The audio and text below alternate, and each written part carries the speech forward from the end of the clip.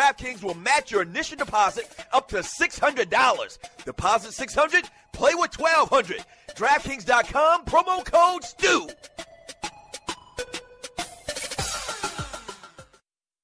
This is your folk, Doug Stewart. Want to protect you and your family from life's unexpected mishaps? Then join 7. Join 7 is a prepaid legal company under the umbrella of the Protection Group. Join 7 is the only group benefit or motor club in the U.S. that offers auto reimbursement coverage, key replacement coverage, roadside assistance, gives you a current Medi-File, prescription savings, and fully encompassed prepaid legal benefits that include identity theft. They got your back. The average combined cost to purchase these benefits individually is over $850 a year. Join today and take advantage of all 7 for $17 a month. They've been around for over 20 years, so check them out by clicking on the banner link on my page, thedougstewartshow.com, or the app. Just go ahead and join 7.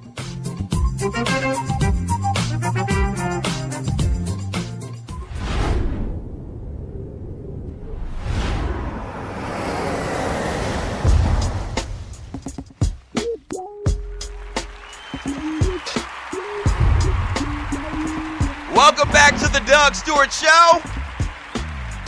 Woman Wednesday. A little TLC in the background. We got my man, Big Vince Wright, the sports governor of Minnesota, on the line. Vince, what up, baby? Hey, what's going on, Doug? What's going on, Stew Nation? Just enjoying another wonderful Woman Wednesday, the best day of the week as far as the sports governor is concerned. Hey, Vince, don't you really like Women's Wednesday, man? It sounds like you're all on board. Oh, man, best thing ever, man, best thing ever. You know, I wake up Wednesday morning, you know, I get my coffee set, I get my English muffin going, and I just can't wait to pop on the headphones at work, man, and get into wonderful Women's Wednesday, by the way. Oh, man, thank you, Vince. That means a lot coming from you, man. We are talking to the sports governor of Minnesota, Big Vince Wright, here on the Doug Stewart Show on a Woman Wednesday. On the Stewart Media and Entertainment Network. Vince's show actually comes on immediately following mine today at 12 noon, so stay tuned. And then following him is the Grizz at around 2 p.m. Eastern Time today. All right, so it's good that we had you on today, man. I want to talk about a couple of things with you. There's not a lot of people that I know in the state of Minnesota, man, where all this controversy went down a couple of weeks ago. Philando Castile, his girlfriend, videoing him getting shot and ultimately dying in their car on Facebook. What's the latest on that story, man, up there? What are the streets saying? What's going on with that news and that story? Well, you know, good timing, Doug. The past couple nights actually been real interesting. They gotten the protest started up again over at the governor's mansion. And up here in St. Paul, Minnesota, the governor's mansion is basically right in the middle of a neighborhood. So, you know, there's not a lot of land and all that stuff, so people can walk right up. And they blocked off the street in front of the governor's house for the past 2 nights. The cops have let the protesters hang and do their thing, but recently, and I think overnight here, they started arresting people, and I think they had over 100 arrests last night out there. Wow. And listen, I'm not familiar with the state at all, never been up there. You're probably one of the only 1 or 2 people that I've ever met from up there. Is Minnesota historically a place where you see a lot of occasions of police brutality, civil unrest, or is this kind of like an outside of the box type of thing that happened with Philando Castile, or does it happen a lot and we just don't see it a lot in the rest of the country? I think it probably happens more than what we'd like to think up here, and just haven't seen it up until the recent outbreak of social media. You know, obviously everybody's got phones and recording devices now and can, you know, put the narrative out there and put these stories out there. So I think that was really the case, Doug, is that we just didn't really see it going on. You know, I got friends who are police officers, you know, and I'm sure they're good cops and everything. But Minnesota, as you know, the people up here, and especially white folks, pride themselves on kind of their liberalism, their progressive racial thinking and whatnot. But this case has really showed those people that, look, that stuff happens here too, so don't put yourself above anybody else. And that's what I've been trying to tell people here the past couple of years, especially my more conservative friends, because, you know, they kind of want to turn that blind eye to it and, oh, that could never happen here. Well, guess what? It did. Right. And it does happen here more than what we know. Talking to Big Vince Wright on the Doug Stewart Show on the Stewart Media and Entertainment Network. All right, let's move a little bit to sports. Dennis Green passed away last week at the age of 67, longtime coach of the Minnesota Vikings. What are your thoughts and your memories of Dennis Green going to be? My memories of Coach Green are this. First off, a phenomenal coach, and that got lost in the narrative that the media tried to put out there about him, and I'll touch on that in a quick second. But a phenomenal coach came up here to Minnesota, changed the attitude of this organization right from the get-go. And, as I'll mention on my show and what you'll hear is, he was the winningest football coach from 1992 to 2000. He brought a new attitude up here. You're going to hear some sound on my show from Randy Moss and Chris Carter talking about how he's a player's coach, how he went out of his way to really become a father figure to Chris Carter and Randy Moss in particular. One of the other things that doesn't get reported about Dennis Green, a lot of community involvement up here that, again, got lost in the wayside. So I have nothing but mad respect for Dennis Green. And, one thing about Denny, he was able to go down to Arizona, kind of get that ship turned in the right direction.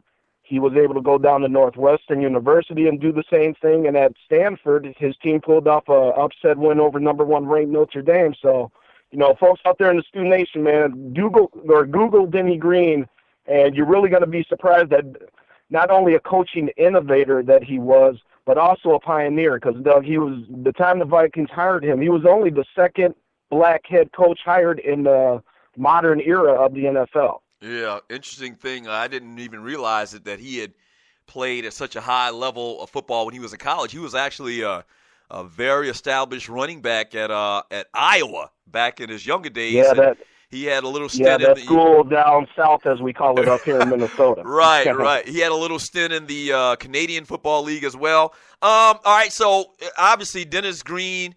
That 98 team, man, to me, which the Falcons beat you guys, upset you guys, one of the best teams I've ever seen in my life. Would y'all go 14-2 that year, 15-1? What was it? No, we were 15-1. Obviously, your Falcons were 14-2. Right. And one of the things that Minnesota ran off the hook with is they thought they had that game won. I have never seen the city become such a front runner as Minneapolis, St. Paul, the whole state of Minnesota did that year. And I swear to God, Doug, I was the only guy it seemed in this city because I wasn't the sports governor back then. I was just the sports constituent back then. Right. But what I would tell people is that, look, man, the team we're playing is 14-2.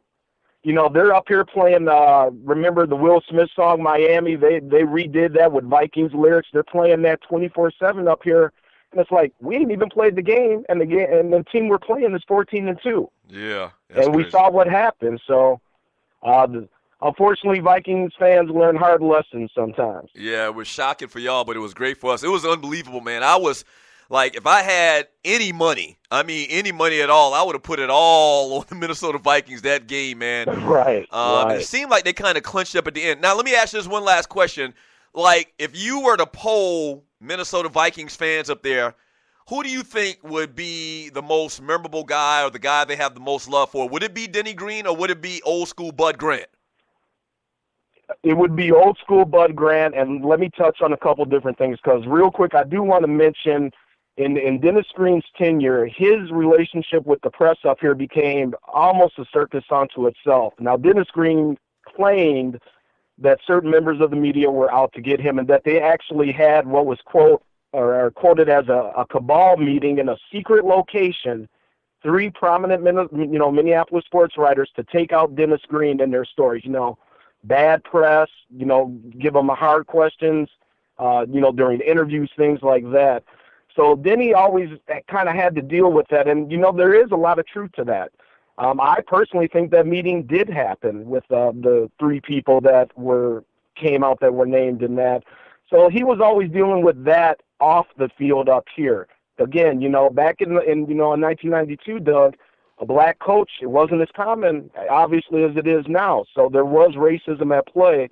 And I will say this, the media during this week and talking about Denny Green, honest members of the media have actually said that, yes, race was at play during his tenure here. Yeah. Now, the reason that the Vikings fans are like old school Bud Grant is just simply the results as well.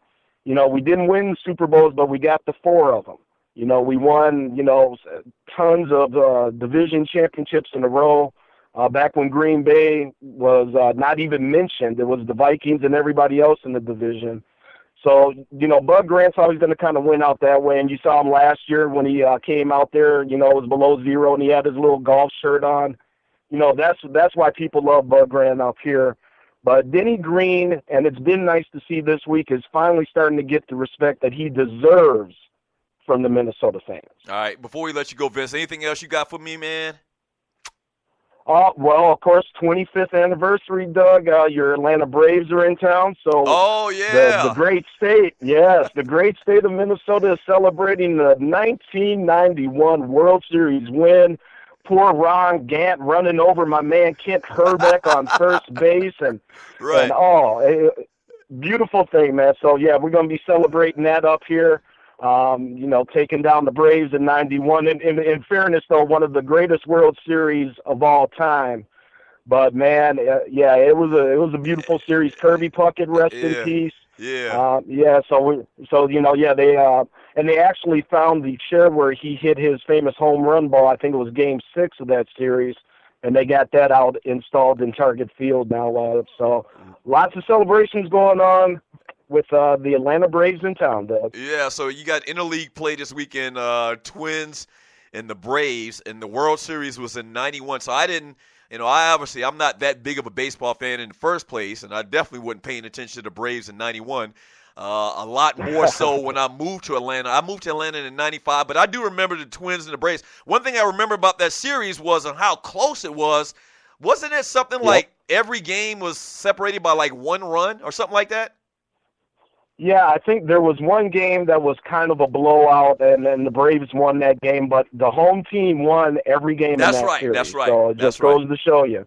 If it was 4 games in Atlanta, you might be talking about your Braves having 2 championship rings. Yeah, that's what's up, man. Sports done right with the governor of sports talk in Minnesota, Big Vince Wright. Stay tuned. He's coming up next. Vince, thanks for the time, brother. Hey, Doug, appreciate it, and appreciate the love. The Stewart Media and Entertainment doing big things. And got to give a special shout-out to the fashion pimp of the Student Nation, Mr. Rail Scott. Can't wait to see you all in September, man. Minnesota loves you. I'm out of here. That's what's up. So, my man Big Vince Wright is coming down to ATL for TDSS Weekend 2, September 9th through 11th. Before we get out of here, man, let me go ahead and finish giving you the last 2 names of my top 5 finest women in politics and government. Shut up. It's my list. You pick your list. Number 5, I had Condoleezza Rice. Number 4, I had Kamala Harris, California Attorney General. Number 3, I got Susan Rice, Secretary Ambassador or Security Ambassador. Number 2, I have Stephanie Rawlings Blake, who yesterday led the roll call for the DNC. And coming in at number 1, Mayor of Baltimore. And coming in at number 1 is Miss Michelle Obama. Now, I know a lot of you are saying she doesn't hold a political office. The hell she don't. She's the first lady.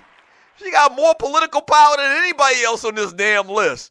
I mean, think about it. She got more fringe benefits. She's got more of a way to affect policy in this country than anybody else you can think of. Can you imagine 1, 2 o'clock in the morning? Barack, I need you to pass House Bill number 45. And if you do, I'll break you off.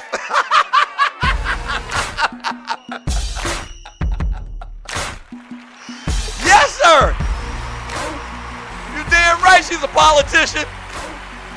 She can make more stuff happen than anybody else in this country outside of Barack. Hey, man, thank you so much for joining me on the Doug Stewart Show. Yeah. Realest sports and guy talk show in America. The Doug Stewart Show. And she fine. Yeah. 9 on the wino, and she got a donk. Yes, sir. You do got a donkey back there. Hey, man, thank you so much for joining your boy. Don't forget, coming up next, Sports Done Right with the governor of sports talk in Minnesota, Vince Wright. Then following him, The Grizz, right here on SME. Shouts out to my man, Waterhead Walter, Poe Politickin', Dwayne Vasson, Gerald Oliveri, the engineers to the show. Thank y'all very much. And a special shout out, man, to my man Pink Gator, Beans and Cornbread for this track right here.